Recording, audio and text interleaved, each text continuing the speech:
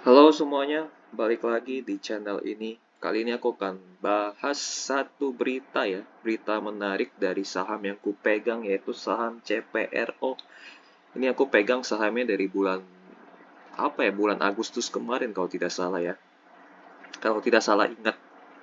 Jadi berita bagusnya yaitu CPRO ini telah melunasi hutang Trans A. Ini nggak tahu dibacanya Trans C atau Trans.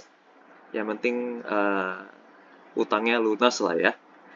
Oke, lanjut ke berita. Ini berita langsung dari perusahaan ya. Jadi ini file yang diberikan oleh perusahaan CPRO. Pada tanggal 15 Desember 2023 telah melunasi seluruh hutang Trans A dari Senior Facility Agreement SFA hasil restrukturisasi obligasi tahun 2021 yang lalu. Jadi di 15 Desember kemarin ya, sudah lunas, maka ini pelunasan hutang ini pencatatannya di tahun kuartal 4 ya. Bukan tahun sih. Kuartal 4 di tahun 2023. Jadi kita akan lihat sebentar lagi di bulan Maret tanggal 31 nanti kita lihat perubahan utangnya ya. Hal ini dikonfirmasi oleh Madison Pacific selaku wakil amanat para pemegang obligasi. Ya, jadi berdasarkan surat pernyataan tanggal 17 Januari 2024, pelunasan utang ini lebih cepat 2 tahun dari masa jatuh tempo hutang yang jatuh pada tahun 2025.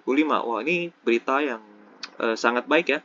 Harusnya jatuh temponya 2025, tapi mereka berhasil beresin di tahun 2023 di 15 Desember.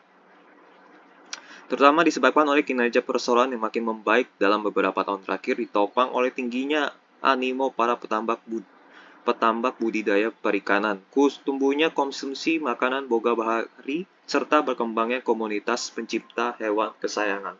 Jadi indikasinya ini penjualan mereka meningkat ya, bulan demi bulan, kuartal demi kuartal, tahun demi tahun, penjualan mereka meningkat.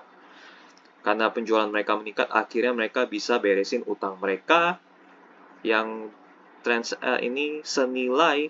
Di sini tidak dijelaskan nih senilai berapa. Kita langsung cek aja di beritanya senilai berapa ya. Ini aku sudah rangkum ya. Jadi utang Trans A ini senilai 51,51 juta USD. Atau kalau kita konversi ke rupiah yang kursnya itu 15.800 ya. Ini kursnya 15.800. Maka jatuhnya kalau dirupiahkan beresnya itu 813 miliar rupiah sudah dilunaskan. Oke ya, itu berita baiknya. 800 miliar sudah dilunaskan. Ini sepanjang Januari, oh ini laba bersih ya, laba bersih kita lewatin aja. Pendapatan omset lewatin aja karena sudah dibahas di video sebelumnya. Jadi kinerja kuartal 3 akan ku lewatin. Pertumbuhan laba kotor, ini semuanya meningkat loh ya. Dari laba bersih, dari omset, laba kotor, dan lain-lain mereka meningkat. Namun beberapa pos biaya juga naik, itu wajar ya. Untuk meningkatkan omset tentu harus ada biaya yang naik. Kita lewatin. Nah, ini di sini nih. Pertumbuhan penjualan tahun 2023 diproyeksikan mencapai sekitar 9 triliun. Ini sudah pasti tercapai ini. Kita lihat ya. Nah, ini aku sudah rekap di sini kinerja tahunan mereka. Ini kinerja tahunan mereka ya dari tahun 2006 sampai tahun 2023 di kuartal 3 yang ini. Nah, ini kinerja per kuartal. Nah, ini nih di tahun 2022 mereka omsetnya 8,2 triliun dan di 2023 di secara satu tahun penuh maka mereka targetkan bisa mencapai 9 triliun dan itu pasti terwujud ya. Oke, nah ini pasti terwujud nih. Mana tuh yang 9 triliun ya? Ini dia 9 triliun. Sekitar 9 triliun. Sekitar apakah bisa 8,9 atau 9? Kita tidak tahu. Kita tunggu saja laporan keuangannya dipublish. Semoga di atas 9 triliun ya. Dan laba bersih sudah pasti kisaran 400 miliar ini tambahan ya laba bersih. Kita lihat yang kinerja per kuartalnya ini. Kita anggap aja satu kuartal itu 100 miliar. Oke ya. Mungkin antara 399 sampai 400 miliar. Nah, ini kuartal 4 ini belum dipublish. Oke. Ini kinerjanya udah oke banget nih. Pasca pelunasan utang Trans A dari SFA ya, maka sisa utangnya itu kurang lebih 16 juta US dollar atau setara dengan 250 miliar rupiah yang akan jatuh tempo pada tahun 2026. Mungkin ini akan lunas lebih cepat lagi jika kinerja mereka di tahun 2024 itu bagus banget. Jadi mungkin bisa saja ini akan lunas di tahun 2024. Lebih cepat lagi nih. Ini kabar baiknya ya. Pada tahun 2024, tahun ini ya lebih tepatnya, perusahaan tetap fokus meningkatkan penjualan di kedua segmen utama bisnis perusahaan, yaitu segmen produk makanan boga bahari dan segmen bisnis pakan, baik pakan budidaya perikanan dan makanan hewan kesayangan. Oke. Realisasi rencana belanja modal ya, CAPEX itu belanja modal. Perseroan yang mencakup kedua lini bisnis utama perseroan menjadi kunci pertumbuhan perseroan karena kapasitas produksi yang terbatas. Jadi, maksudnya kinerja pertumbuhan omset mereka itu tergantung dari belanja pabrik mereka. Kalau misalnya mereka belanja pabrik atau mendirikan pabrik baru, kemungkinan omset mereka itu berpengaruh, bukan kemungkinan, berpengaruh terhadap pertumbuhan omset mereka. Gitu ya. Pelunasan utang SFA lebih dini mengurangi beban keuangan perseroan, dan ini benar, beban keuangan perseroan akan beban keuangan perusahaan akan berkurang. Kita lihat di laporan laba rugi ya. Ini laporan laba ruginya. Nah, ini beban keuangan di sini nih. Beban keuangan ya. Yang di kuartal 3 itu 158. Jadi dengan pelunasannya utang ini akan berkurang nih. Yang harusnya minus 158 berkurang menjadi misalnya utangnya lunas ya. Kalau utangnya lunas sekitar 800 miliar kan, 800 miliar nih. 800 miliar. Maka seharusnya utang itu berkisar mungkin sekitar 100 lah ya. Jadi anggap aja dipotong 100, jadi sisa 58 miliar. Ini berkurang 100 miliar.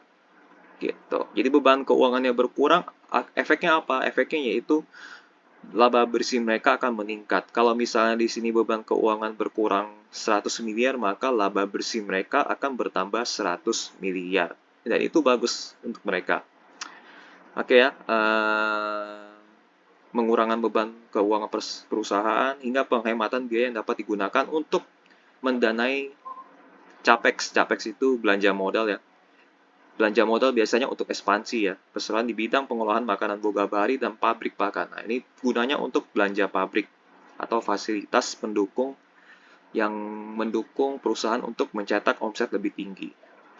Oke, rapat umum pemegang saham. Jadi mereka ada ada pengunduran diri komisaris ya, yaitu Mr. Michael Nexon dan Mr. Tobias Damek.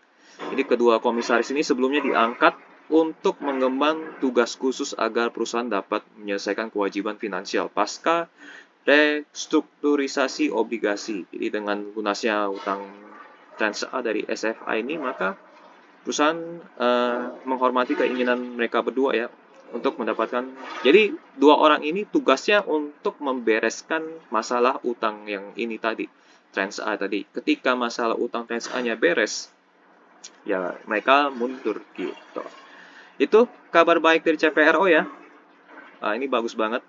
Ini tinggal tunggu waktu aja nanti di antara 31 Maret atau di 1 Mei. Kita lihat ya. Itu pasti ada gejolak yang lumayan signifikan karena ada pertambahan omset, pertambahan laba bersih. Ya, kita tunggu aja nih. Jadi beban keuangannya berkurang, mungkin sekitaran 100 miliar. Jadi otomatis bertambah, laba bersihnya bertambah 100 miliar, dan ketika laba bersihnya bertambah 100 miliar, kemungkinan besar ekuitas pasti bertambah sekitar 100 miliar juga. Bertambah lagi ekuitasnya. Nah, mantap ya.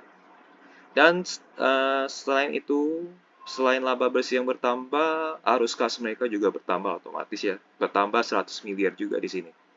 Jadi banyak uang yang lebih masuk itu lebih bagus. Nah, ini aku udah rangkumkan ya.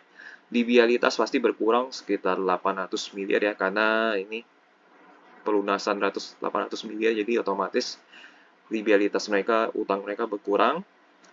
Beban keuangan berkurang kisaran 100 lah ya, antara 90 atau 100 atau 110. Nanti kita lihat aja lebih detail. Laba bersih pasti bertambah ya, pasti bertambah. Arus kas juga bertambah. Dan sisa utang 250 miliar. Oke, mantap kan? Oke, itu aja info terkait mengenai saham CPRO yang utangnya lunas. Ini kabar baik buat aku pribadi yang pegang saham CPRO dalam proporsionalnya lumayan banyak. Oke, sampai jumpa di video berikutnya. Bye-bye.